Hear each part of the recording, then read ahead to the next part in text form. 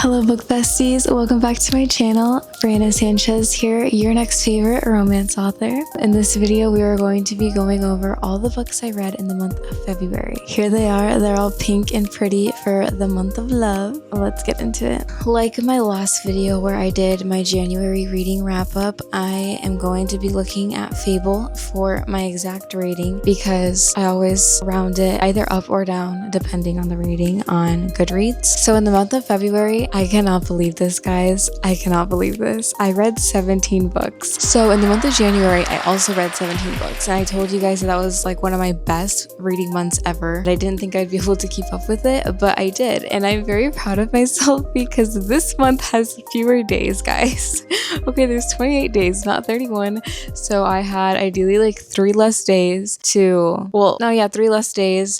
read, and I still got to 17. So I'm so proud of myself. But I will say audiobooks are making a huge difference for me this year. They are really helping me get to the books that I want to read that are on my TBR, like scratching those off. It's taking me a long time to get to some of these books. So really like the audiobooks are helping so much. But anyways, so here are my stats. In the month of February, I read 8 audiobooks, I read 5 physical books, and I read 4 ebooks on my Kindle. I think we're just going to start with audiobooks like we did last time. Okay, starting off with Crossed. I read Crossed by Emily McIntyre. That is in the Never After series. That is, I believe, the 5th book now. And so this one was like a take on The Hunchback of Notre Dame. And I really liked it because it was so different. It took like a very Disney-esque story and turned it into something like very taboo. But it was cool because usually the series will use like the same names from the Disney characters or something similar. But actually they used a different name for the main character, and she ended up being a pole dancer. So her alter ego's name was Esmeralda, like the Disney character. So I thought that was so fun and different, and honestly just like a really unique way to intertwine the stories. And then it was really cool because this girl ends up falling in love with a priest, and it's like super taboo for her. She's not even really religious. And then they took Quasimodo's character and made him have a disability. And so all those things are like really cool to see in this book, despite how dark it was. But yeah, I enjoyed that. I gave it a 1.7 stars though. Apparently I didn't enjoy it enough. I liked all those attributions I said to it, but really the story just wasn't there for me. I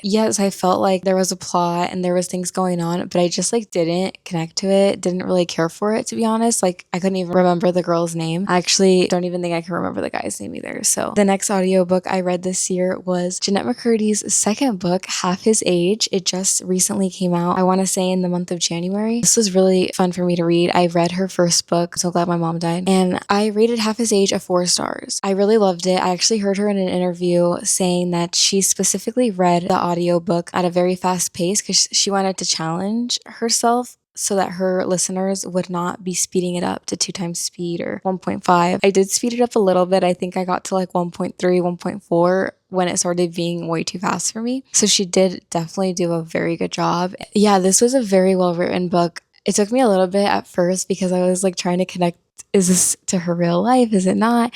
And there were obviously some attributions. Like I said in a previous video, an author will always write what they know. So there's always going to be those elements there. I thought it was going to be like an actual story about her since her first book was, but it was not. It was very well written. There were so many lines that were having me laugh out loud, but this main character was very relatable. There were so many things that she was saying. I was like, oh my gosh, I couldn't have described this better myself, or I've never heard someone actually describe this. Just to give you an example, she talked about how she needs to pay her car insurance this month, and she needs to get some tampons, and she needs to help her mom with rent, and then she had to put gas in her car, and like all these bills and necessities she had to do, also like pitch in for groceries. But was she going to do any of that? No, because she had a $200 Forever 21 cart waiting for her that was more important because she needed to look appealing for men. So it was like things like that that were so specific and on the nose that really made me like it. There were a couple uncomfortable parts, which is really good that she talked on, but I think like some of it got a little too uncomfortable for me, and that's like a lot coming from me because I am a very huge lover of reading smut and stuff like that, but this was taken in a different route and I liked it, but I didn't love it. But overall, the story was great. I would definitely recommend it. Next audiobook I listened to is Blue Sisters by Coco Mellers. So this is my first Coco Mellers book. This is a great book. This was very character driven, not much plot to it, but you really connect to each character. You really love them. You really want to know what's happening to them, and you really feel for them. This book stood out to me a lot in so many bookstores I was going to for a long time. So this has been on my TBR for a little over a year, I'd say. The cover is a great cover, and I rated it a 3.75 stars. So I didn't absolutely love it, but it was a very well written story. Yeah, there was so many great parts to this. You follow three sisters where they are all experiencing the 1 year anniversary of the fourth sister that passed, and you just go along with their stories and how different they all came to be despite growing up in the same house. It's a beautifully written story, honestly. I really enjoyed listening to it. So moving on to my next audiobook, I read The Favorites, and guys, I rated this a 5 star. This was an amazing audiobook. So this was actually one of Sarah Crowley's 5 stars, and I know I sound like a complete freak just knowing what she rates 5 stars off the top of my head, but she does not give those out lightly, so I'm trying not to either. But this was an amazing book. You follow a figure skater who just wants it all for herself. She just doesn't stop, and she doesn't come from a lot of money and a good support system. She has one person that's always in her corner, always wanting to do anything he can for her.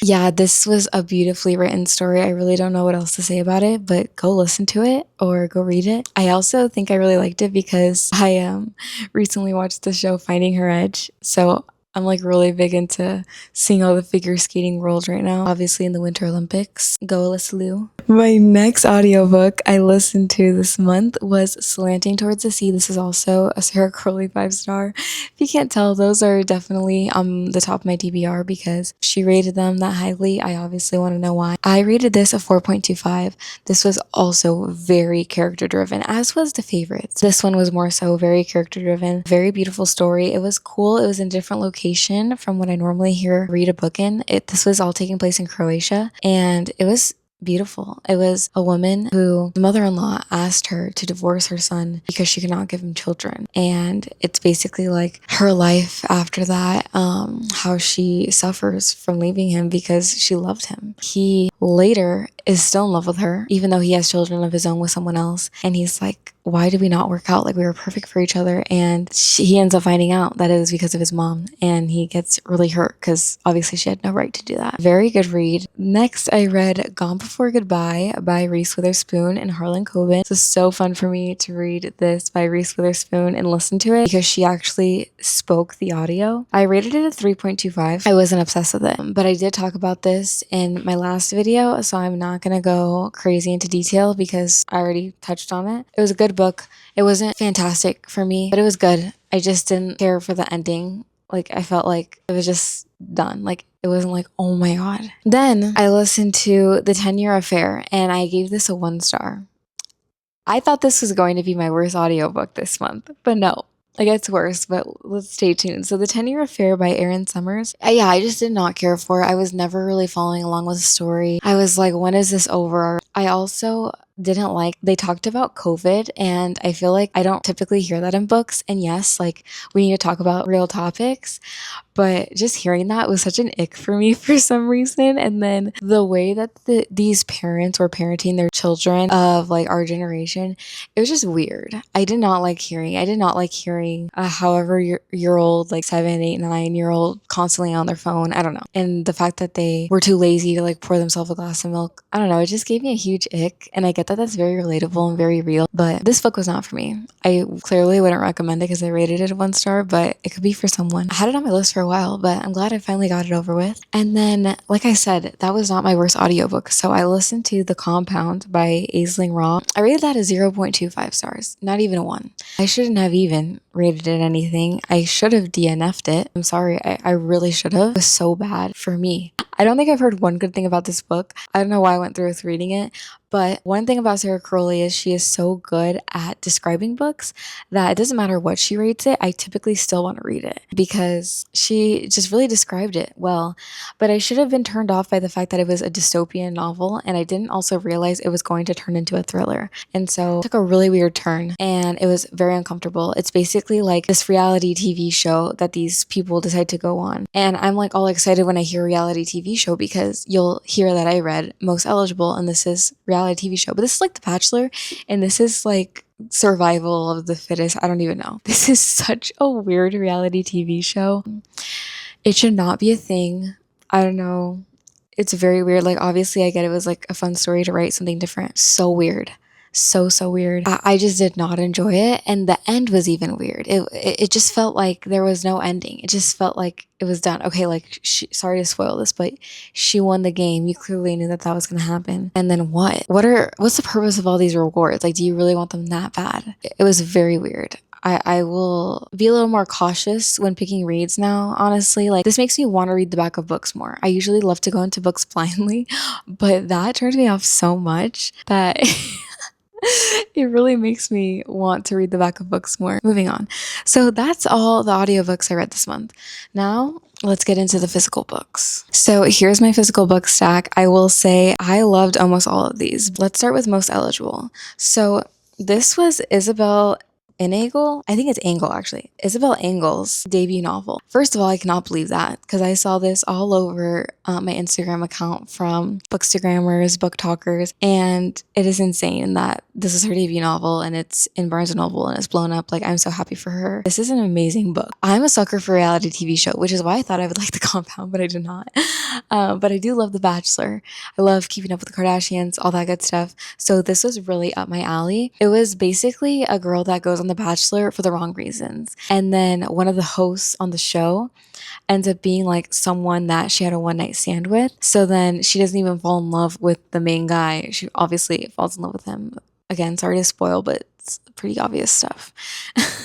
But very good read. I felt like it was good pacing, like a good amount of words on the page, like short chapters. Like, I was getting through it at a really good pace for a physical book. I'm like I said, rated that at 4.2 stars. Next, I read See You Yesterday by Rachel Lynn Solomon. This was Barnes & Noble's $5 book for the month, so of course I had to get it. And it's pink, and it has Valentine's vibes on the cover, so I had to get it. But this was just like a cute young adult / like new young adult romance. I rated this at 3.75. It was a good read. It was basically this girl reliving the same day over and over, her first day of college. And she meets this guy and he's stuck in the same time loop as her. So they keep trying to figure out what's going wrong and why they can't get out of the same day. He's actually been reliving it for like 2 months longer than her. So they're both like desperate to get out of this. And then once they finally skip, because I'm going to say a spoiler, he doesn't remember her until he does. Next, I read probably my most anticipated read for the entire year. I read Magnolia Parks by Jessa Hastings. God, this was such a good book. I honestly should have rated it higher than I did. I think I was trying to be picky. I rated it 4.5. This was so good. I absolutely loved BJ and Magnolia. I cannot wait to read the rest of the Magnolia Parks world. I actually did get the next book in the series recently. I bought it because I loved it. Like, right after I finished it, I think I got it the next day. It gave me a lot of Gossip Girl vibes. I love reading about young kids who are rich as fuck, and it's just so cute. It's so nice, and it's so cool how they talk and how they carry themselves. And this is all taking place in London, so it's not like New York City. It's a different vibe. I really enjoyed it. I really did. I'm looking forward to reading all of Jessa Hastings' books. She's a great writer. This relationship is like so toxic that it was really cool to see like how each character handled it and was like okay with it and how they loved it, because that is a very real thing. People eat up the toxicity, and so I loved it. The next physical book I read was probably my favorite for the month. I rated this 5 stars. This is Love in Other Words by Christina Lauren. God, this is such a good book. So this is like childhood friends to lovers, but they also were childhood lovers for a brief moment. And it was amazing. The plot twist at the end, I honestly did not see coming. Like, the reasoning why she stayed apart for so long, I didn't see it coming. I really didn't. And it was so good. There were some great quotes in here. I'm not gonna talk about it too much because that is also in my last video. I did a reading vlog on this, so I don't want to bore you. But such a good book. I highly recommend reading this. This is perfect for the month of February. I regret not reading it sooner. And last physical book I read this month was Love Theoretically by Ali Hazelwood. Such a good book. I rated this 4 stars. So good. I really loved Jack. He was such a good book boyfriend. And what can I say? I loved Elsie. I loved that they gave her diabetes. I have not read that within a character yet. And it was very different, and it was very cool to see like how Jack cared for her with that, and like how much her health meant to him. Seeing him in caretaker mode is obviously like so sexy. That was just so hot. If you guys haven't read this, we follow Elsie, who is basically like an escort, but in like a very healthy sense. She doesn't do anything with men. She just goes on dates with them, or she goes to like weddings with them. Like she basically is their +1 for events that they need. She is this guy Jack, his brother's a +1, and she's pretending to like fake date him in front of the family so that the family could get off his back. Well, it turns out that he is gay, and she ends up falling in love with the brother, Jack. So it's such a cute story. I really loved the first one, The Love Hypothesis. I can't wait for that movie to come out, so I really wanted to read this. I really hope that they make a movie out of this as well, because I really loved the book. I loved when you saw the little cameo of Adam and Olive. So cute, so adorable. Yeah, that was all my physical books. So now let's move on to my Kindle reads. For my Kindle reads this month, I had some pretty great reads, I'm not gonna lie. And we're starting off strong with The Last Letter. I rated The Last Letter, what can you guess, a 5 stars, even though it should be a 0 star because no one should write this. In fact, no one should read this, but I rated it a 5 star. I would recommend this book over and over again, but I would also tell you, like, don't ever read this. This was such a good book. The way I sobbed. I think it's like very trendy to be reading this right now. That is more why I picked it up. It kept coming on my For You page. One of my good friends, Ari, read it and was like, you have to read this. And so I was like, okay, one thing about me is I hate books that make me cry. I hate movies that make me cry. I hate shows that make me cry. I hate anything that makes me cry. Do I still go through with it? Sometimes, yes. Sometimes I severely avoid it. But The Last Letter, I really could not avoid. It was all over my For You page. It was so good. It was so good. So yeah, the ending I did not expect. Major plot twist. I don't want to spoil it for you guys. I really don't. It's too good of a book to spoil.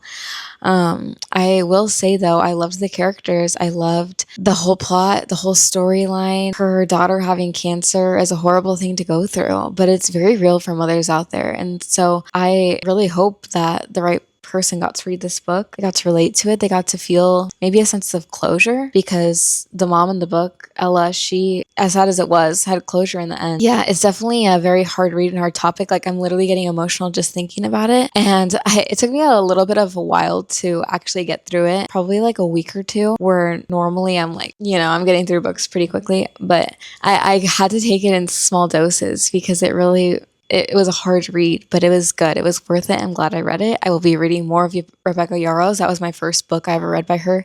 Yes, don't come at me. I have not read Fourth Wing, but you'll see in my next video that that's probably going to be on my March TBR. So moving on, because I've talked enough about The Last Letter. It's such a beautiful book. Go read it, but be careful. I read Passenger Princess by Morgan Elizabeth. So this was one of the new authors I chose to read this month that is a little bit smaller. But then I realized like she's actually not that small. I thought she was. I saw her book, I think, on TikTok Shop. I saw a few people talking about her that I follow like on Bookstagram. So I thought she was a little bit smaller because I thought people were getting her as an ARC. But she's a little bit bigger. She's slowly, gradually getting there. Passenger Princess is a great book. I'm not gonna lie, I picked it because of the cover. The cover got me. She has, I think, 3 versions of the cover too, maybe 2. All of them are stunning, like absolutely stunning. And if you haven't noticed, I tried to pick a lot of pink book covers this month because I am like that, except the audiobooks, obviously, that's a different ballgame because I'm not reading romance audiobooks. I'm just not doing it. But yeah, so I rated Passenger Princess 4.25. It is a bodyguard romance. I eat those up. It really reminded me of like Twisted Games, and so that's my favorite Twisted book out of the series. I loved the character. I really loved it. And then, it's always amazing when they call the girl princess, and I just ate it up. And then, like, on one of the dates, he took her to a bookstore and was like, pick whatever you want. And as a book girl, you know, that's just dream date, dream date. Yeah. All right, moving on. Next book I read, it was a little bit of an anticipated read for me, I say. I think it was on my list for 26 books I wanted to read in 2026. I read Picking Daisies on Sundays, and I did rate that a 5 stars. Yes, I had some really good Kindle reads, actually. All of them were very highly rated. Yeah, they were. Picking Daisies on Sunday by Liana Sinati, I think is how you say her name. I butcher all these, like, don't make fun of me. Such a beautiful book, really beautiful. I related it to it a lot. I studied fashion, so I got to like imagine her being in the class with her friends and them bringing breakfast every day. I really related to it. I loved it. It's also like childhood best friends to lovers. That is like one of my favorite tropes right now. For some reason, it's kind of like growing on me more. I'm also trying, or I recently wrote a book with that trope that's going to come out this summer. And then I'm trying to write another book in that trope. So it was like good that I got to read this because I got to like compare a little bit, learn a little bit. The ending I did not expect. And then I don't even want to say this and spoil it, but I feel like so many people have read this book. So just skip this if you haven't read it. But the fact that each chapter heading was the freaking book, like, are you kidding me? Like, you literally are like wondering what's in this book the whole time. And the author was like, haha, like you already knew. Like, are you kidding me? That was so good. It's like literally right in front of our face. Yeah, okay. Okay, Liana, I see you. I will never get over that. Like that was such a well played game. And lastly, the last book I read this month was Love Arranged by Lauren Asher. Book 3 in the Lakefront Billionaires series, and I rated that a 4.75. So, like I said, very high rated Kindle books this month. I really liked it. It is actually probably my favorite Lauren Asher book, I have to say. I love fake dating. It's even better when they're fake fiance and you know that line that's like so famous, like "Where's my wife?" Like those vibes. I eat those up every time. I actually really loved the male main character and how he suffered with OCD, and his internal thoughts were amazing to hear. It gave me like a lot of knowledge like to take for future book boyfriends because it was something so different to read. And I really liked it. And I loved how he went to therapy for her. Like that is something that girls swoon over. So well written, Lauren. Like you knew what you were doing. Yeah, I really liked it. I will say though, like I regret taking so long to read it because I remember books 1 and 2, but I don't remember them that well. Every time like Dahlia was mentioned, her sister, I'm like, I just don't really remember like the full story. I do remember more so, I think Rafa and, what's her name? See, I don't even remember her name. Book 2. They went to like Hawaii, and I know it was like a nanny trope, and like I remember most of that. And I remember the little boy like having trouble with his eyesight. I pretty much remember that story, but the first one I just don't really remember, and it sucks because it was her sister's turn now. And so I'm like trying to reflect back to book 1 and trying to remember Lily's part in that book, and I just don't. So that's where I was at, but it was a great book. It really was. I'm excited to move on to the next Lauren Asher series because I've read all her books, even her novella. I just haven't read the F1 series. I'm excited to move on to that. I have the first book downloaded and I'll get to it eventually, probably not anytime soon, honestly. So many books I want to read. Yeah, guys, that is all the books I read this month. That was a really good month again. I'm gonna have to challenge myself to read another 17 or more next month because that is crazy, but I'm off to a really good start. I literally am reading more and more books every year, and it's kind of crazy because I'm like, well, why couldn't I do this a couple years ago, you know? But like I said, this time audiobooks are helping a lot. That is my February reading wrapped up.